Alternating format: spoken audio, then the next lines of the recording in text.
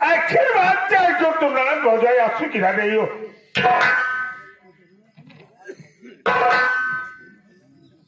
स्वामी मैं तुमसे क्या बताऊं।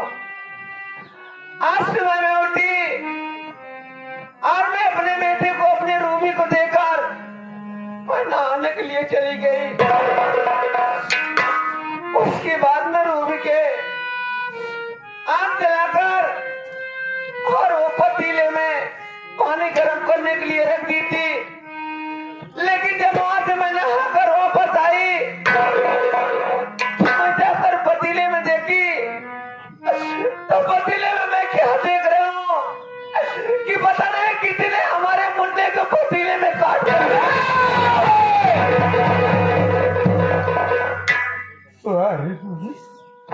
तूने अच्छा नहीं, मैं देखता।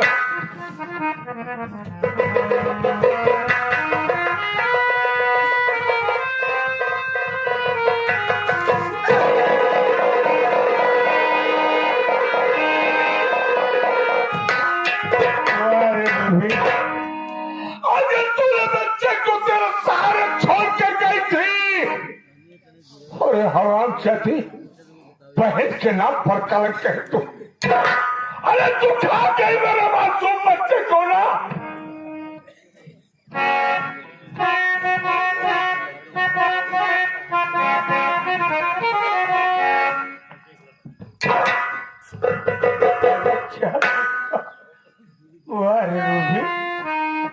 अच्छा तूने इससे क्या कर दिया?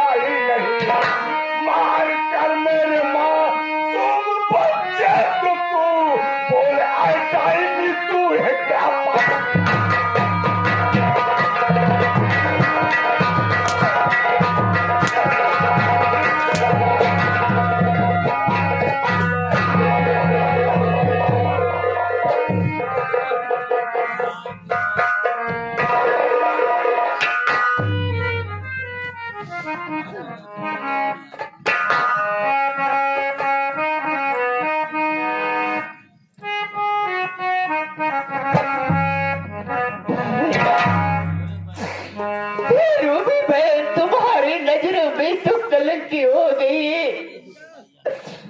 लेकिन मेरी बात सुनो भैया,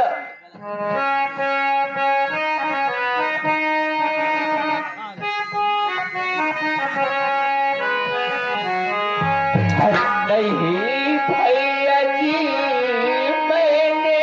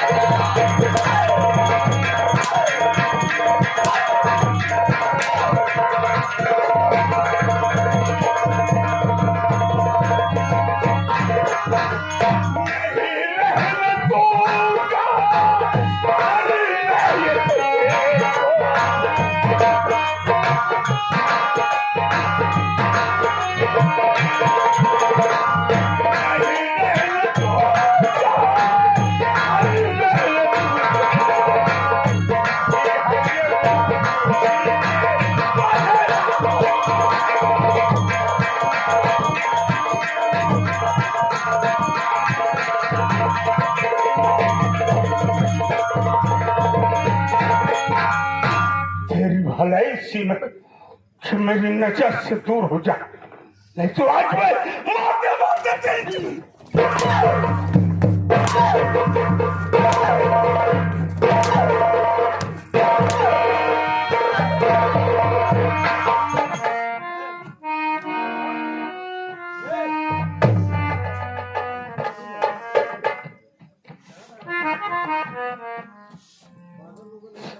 भैया अभी तो जानती हूँ कि जैसे मैं और भैया भाभी को मार करके आज बुआ के चक्कर में मार के भगा दी, आज मुझको अपनी आज रूबी बहन को अपने चौकी भगा रहे हो भैया। लेकिन मेरी बात सुनो,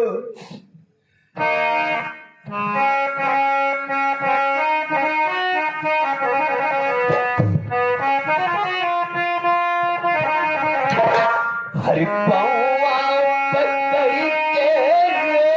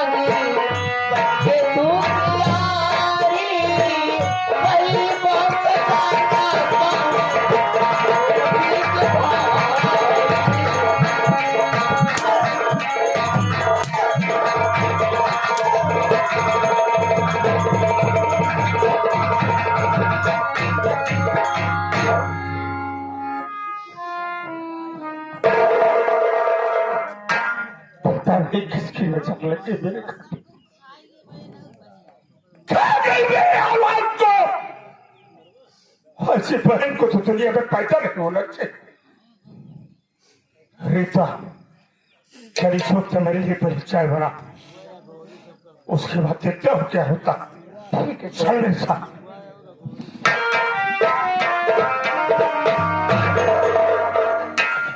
भाभी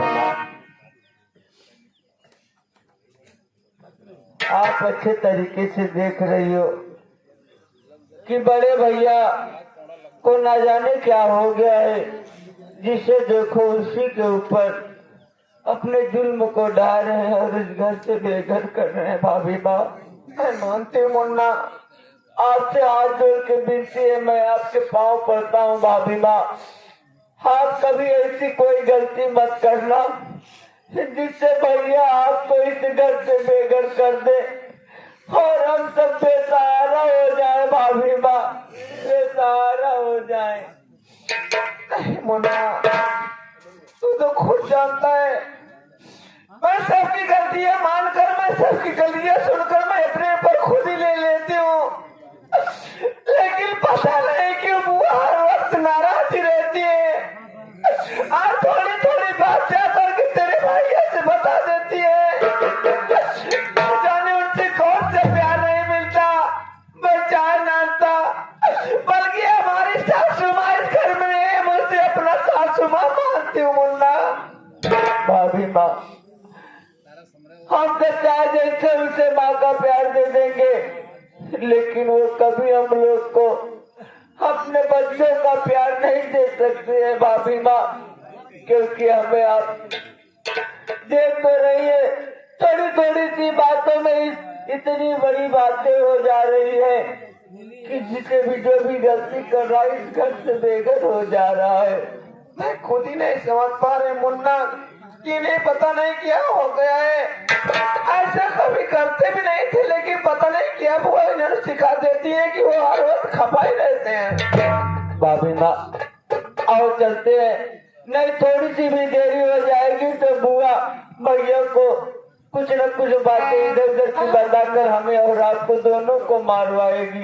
चलो भी चलिए भाभी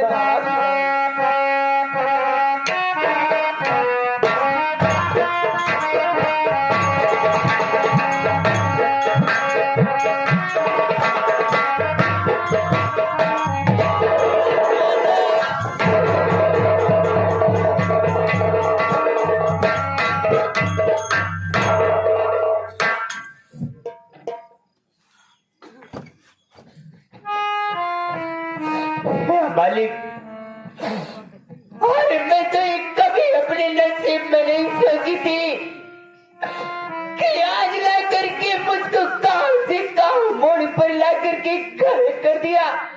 अरे मैं तो कभी नहीं सोचती थी कि मेरे भैया भाभी पढ़ाते लिखाते और मैंने पढ़ लिख करके अपने भैया भाभी के नाम रोशन करूंगी। या मालिक ना जाने आज गाँव से गाँव सपना चूर करके ला करके कर दिया। या मालिक नसीब से मुझे प्यास लगी है और मैं सोचती हूँ कि ऐसे पर चल करके थोड़ा बैठ करके आराम कर लेती हूँ, तब आगे पानी दिखाएगा कहीं तो मैं पी लूंगी। या मालिक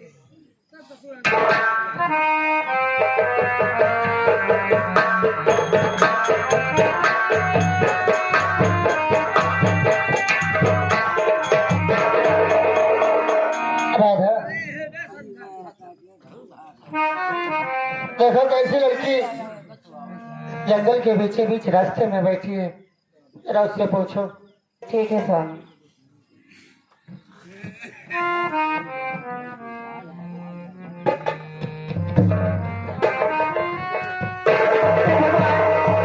ये तो मेरी ननद रूबी है।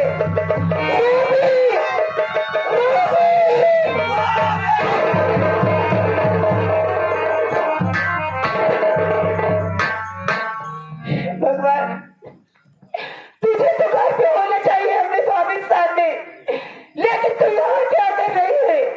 क्या मालिक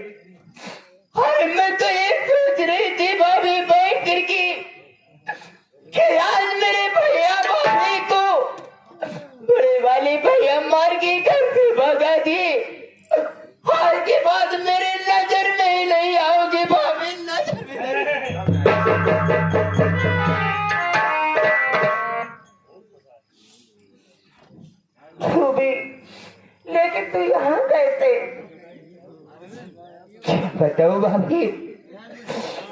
अरे जो पूछ रही है तो जरूर बताऊंगी भाभी। जो अपने मेरी बड़ी वाली भाभी थी, अरे बड़ी वाली भाभी थी, बेटा पैदा हुआ था भाभी, मेरे गोद में दे करके भाभी नहाने चली गई। अब मेरे दिमाग में आया कि मैंने बच्चा को लेटा करके पालना में बता देते हो, आगे बार करके पानी रख देते हो, गर्म हो जाता है भाभी।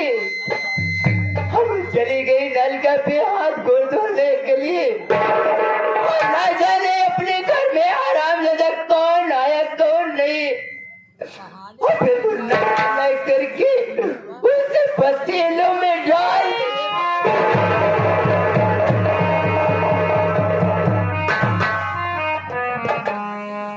ये क्या कह रही है? हाँ भाभी, सच बता रही हूँ भाभी। आज पढ़ के भैया अपने घर पे आए और न जाने देखते बाल